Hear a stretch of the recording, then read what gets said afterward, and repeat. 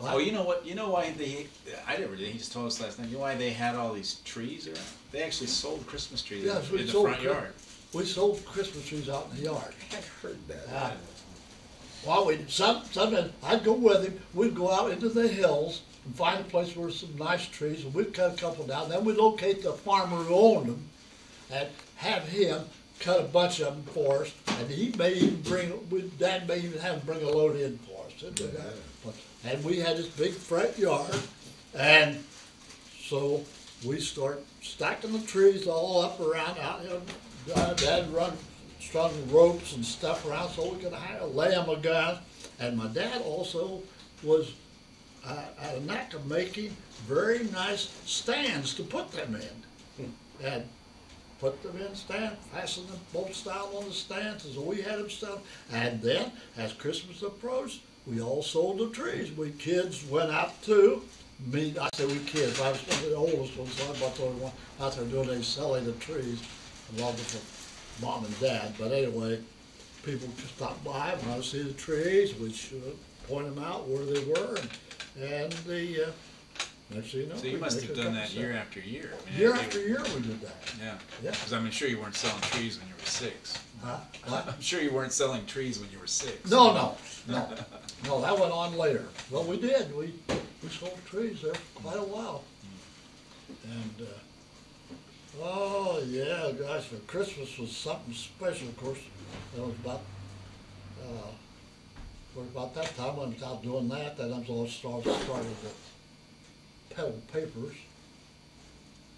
And that's the reason why when we found that big bicycle for me, that was a big, big thrill to know that I'd have a bicycle and a red wagon. And that red wagon is what I used to haul the newspapers around in. That is the Sunday newspapers.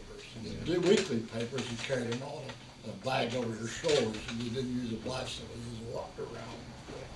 But when you had this, well, what happened, I got involved with another newspaper.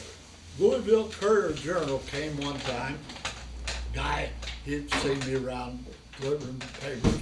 And my job back in those days as a newspaper boy, I had to go around every week to the customers and collect the 15 cents a week for the papers. And then I'd have to go down to the office on Saturday morning, or about Saturday noon, get down there and turn my money in and give an account of what each person had paid, because we had cards. We punched those cards to indicate what week they had paid, you know. And but this one particular occasion, while I was back home, and some guy comes to the door and he says, "Would you like to make a little extra money selling papers?" You know, well, I said, "What?" I said, "Well," I said, "we've got a deal here where you can go out and deliver papers once a week, and you'll make 15 cents off every paper." Now, mind you, see, I was making 15 cents a week for delivering all week.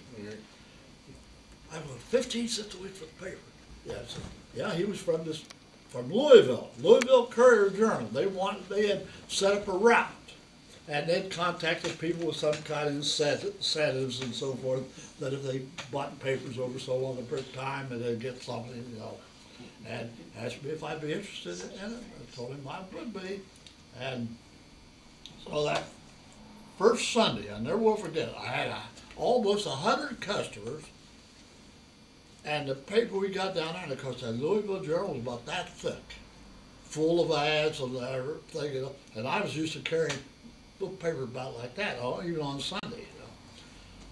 So go down there and see this. Well, they had 2 sides of the porch was all filled up with papers. Well, that's when I got my little red wagon out and started loading the papers up on that. Start out with it.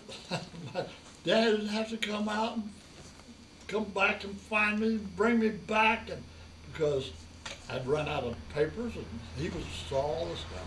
And he helped me out then by saying I got my papers delivered. And then, of course, I collect, but I had to pay for the papers once a week directly to the guy whatever it was, didn't make any difference how much I collected, but I had a bill I had to pay, and then whatever's left over was mine, of course.